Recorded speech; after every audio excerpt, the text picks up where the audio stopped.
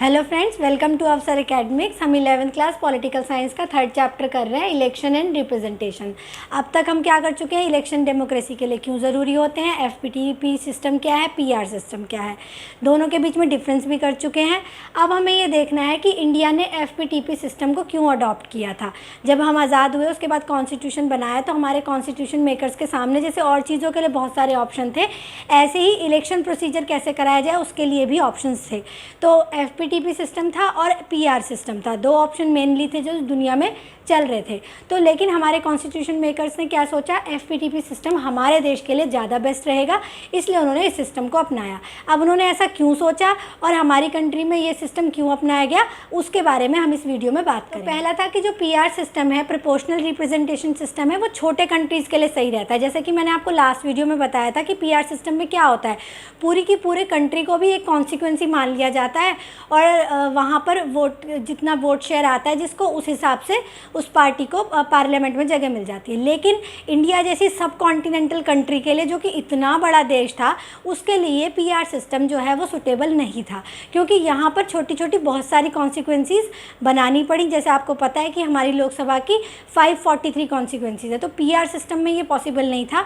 इसलिए हमारे देश के जो कॉन्स्टिट्यूशन मेकर थे उन्होंने ये सोचा कि इतनी बड़ी कंट्री, इतनी डाइवर्स कंट्री के लिए एफपीटीपी सिस्टम ही बेस्ट रहेगा, इसलिए हमने इस सिस्टम को अपनाया। दूसरा क्या कारण था, सिंप्लिसिटी। एफपीटीपी सिस्टम की सिंप्लिसिटी एक मेन कारण था जिसके कारण इसको अपनाया गया। ये सिंपल था, वोटर्स के लिए, एक ऑर्डिनरी वोटर के लिए भी समझना इसको बहुत आसान था। क्यों? क्योंकि एफपीटीपी सिस्टम में क्या होता है, देखिए सामने से कैंडिडेट खड़े होते हैं, हर पार्टी का अलग अलग कैंडिडेट होता है, लोगों को पता होता है हमारी कॉन्सिक्वेंसी से कौन कौन बंदा खड़ा हुआ है, जो उन्हें पसंद होता है वो उसको वोट दे देते हैं, या तो उस बंदे को देख के वोट दे देते हैं, या वो जिस पार्टी से खड़ा हुआ है दोनों को कंपेयर करके जैसे उनको ठीक लगता है उसको देख के वोट कर देते हैं। तो एक ऑर्डिनरी वोटर के लिए समझना बहुत आसान था, जबकि पीआर सिस्टम में ऐसा नहीं होता। वहाँ पर कैंडिडेट्स लोगों को नहीं पता होते, वहाँ पर पार्टी को वोट दिया जाता है। तो जब पार्टी को वोट दिया जाएगा, लोगों को कैंडिडेट पता नहीं होंगे, तो उनके लिए समझना ही आसान नहीं होगा कि हमने किस पार्टी को वोट दिया था और कौन से लोग जो है वो पार्लियामेंट में पहुंच गए। तो इतना कॉम्प्लिकेशन लोगों के लिए जो है वो आसान नहीं था, एक ऐसी कंट्री के लिए जो नई नई आज़ाद हुई थी, जो इतनी डाइवर्स थी, जो इतनी बड़ी थी, जहाँ पर एजुकेशन लेवल बहुत नीचे था, लोगों की जो पॉलिटिकल समझ थी वो इतनी ज़्यादा नहीं थी। इसलिए एफपीटीपी की सिंप्लिसिटी के कारण इस सिस्टम को अपनाया गया।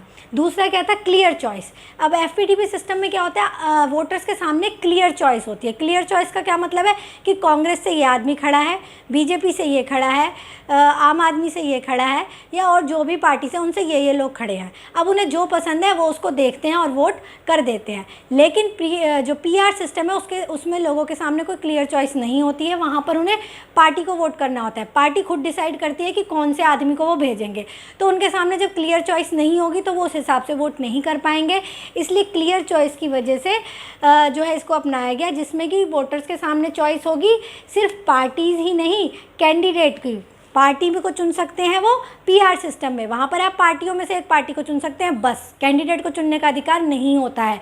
लेकिन एफपीटीपी सिस्टम में आपके पास चॉइस होती है, आप चाहे पार्टी में चॉइस करके वोट कर दो या कैंडिडेट में चॉइस करके वोट कर दो, तो क्लियर चॉइस जो है वो वोटर्स के सामने होती है।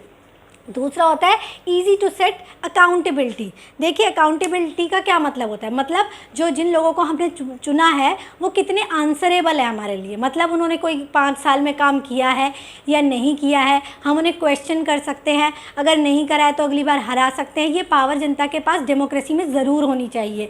अब एफपीटीपी सिस्टम में क्या होता है कि लोगों को पता होता है कि हमने इस कैंडिडेट को चुना, ये हमारा एमएलए है या ये हमारा एमपी है। तो अगर उन्हें लगता है कि 5 साल तक इसने ठीक से काम किया है तो वो अगली बार फिर उसे जिता सकते हैं। अगर उन्हें लगता है कि नहीं किया है तो फिर वो उसको वोट नहीं करेंगे। मतलब जो कैंडिडेट्स होते हैं वो अकाउंटेबल होते हैं, वो आंसरेबल होते हैं, उन्हें लोगों के क्वेश्चंस का आंसर करना पड़ता है, जो कि एफपीटीपी सिस्टम में ही पॉसिबल है। क्योंकि पीआर सिस्टम में तो कैंडिडेट्स का लोगों को पता ही नहीं होता, वहाँ पर तो वो पार्टी को वोट कर रहे होते हैं। तो अकाउंटेबिलिटी सेट करने के लिए एफपीटीपी सिस्टम ज़्यादा बेस्ट है। इसमें जो कैंडिडेट खड़े होते हैं उन्हें भी पता होता है कि हमें जनता के सामने जाना है, उनके क्वेश्चन का आंसर करना पड़ेगा।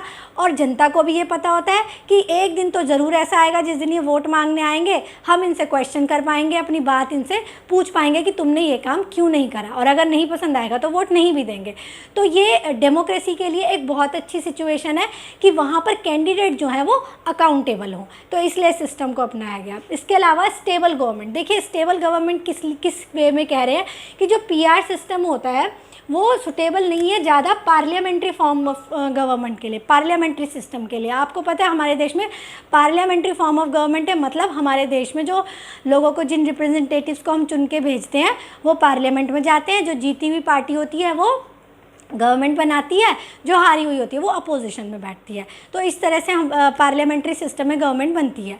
अब क्या होता है, जो पीआर सिस्टम है उसमें क्या होता है, देखिए आप लास्ट वीडियो को ध्यान से देखिएगा तो आपको पता चलेगा पीआर सिस्टम में जिस पार्टी को जितना वोट शेयर मिलता है उतने लोग पार्लियामेंट में पहुंच जाते हैं। जबकि पार्लियामेंट्री सिस्टम में क्या होता है कि जो मेजॉरिटी में होगी पार्टी वो सरकार बनाएगी, तभी वो कानून भी बना पाएगी, तभी सब काम होगा।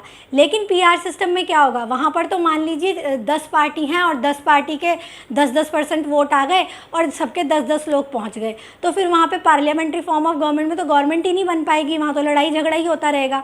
तो पार्लियामेंट्री फॉर्म ऑफ गवर्नमेंट के लिए ये बहुत ज़्यादा ज़रूरी है कि अगर एक स्टेबल सरकार बनानी है तो वहाँ पर एफपीटीपी सिस्टम हो, जिसमें क्लियरली ये पता चल जाए कि ये हार गए हैं, ये जीत गए हैं।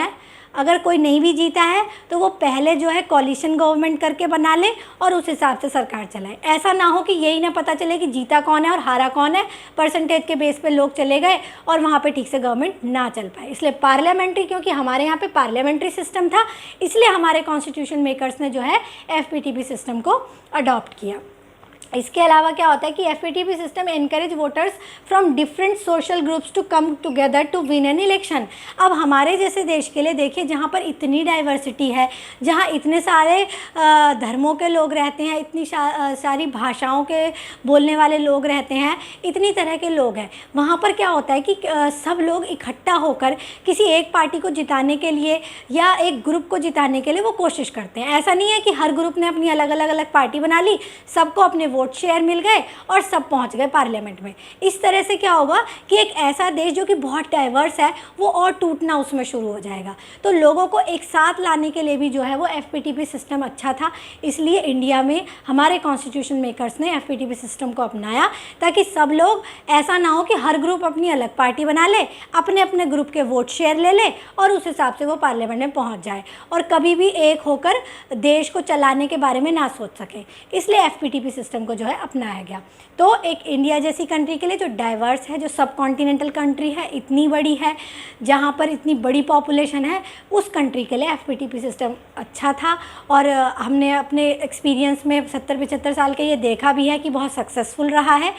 ज़्यादातर जो इसकी सक्सेस रेट होता है एफपीटीपी सिस्टम का, वो 2 पार्टी सिस्टम वाली कंट्रीज़ के लिए होता है। मतलब जिन देशों में बस 2 ही पार्टी होती हैं, जैसे कि यूएस में है, यूके में है कि 2 ही पार्टी है, एक जीत गई एक हार गई।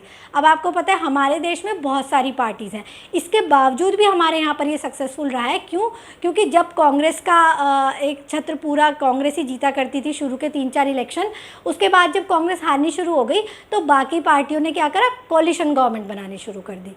तो जैसे आजकल आप क्या देखते हैं, एनडीए है, एनडीए में क्या है, बीजेपी और उसके दोस्त वाले सारे दल हैं, और यूपीए है उसमें कांग्रेस और उसके दोस्त वाले दल हैं। तो इस तरीके से इलेक्शन हो जाता है और जीत हार जाते हैं और गवर्नमेंट बन जाती है। तो इसलिए इंडिया के लिए एफपीटीपी सिस्टम बहुत सक्सेसफुल रहा है और इसीलिए इसको अपनाया गया था। आई थिंक आपको समझ आ गया होगा।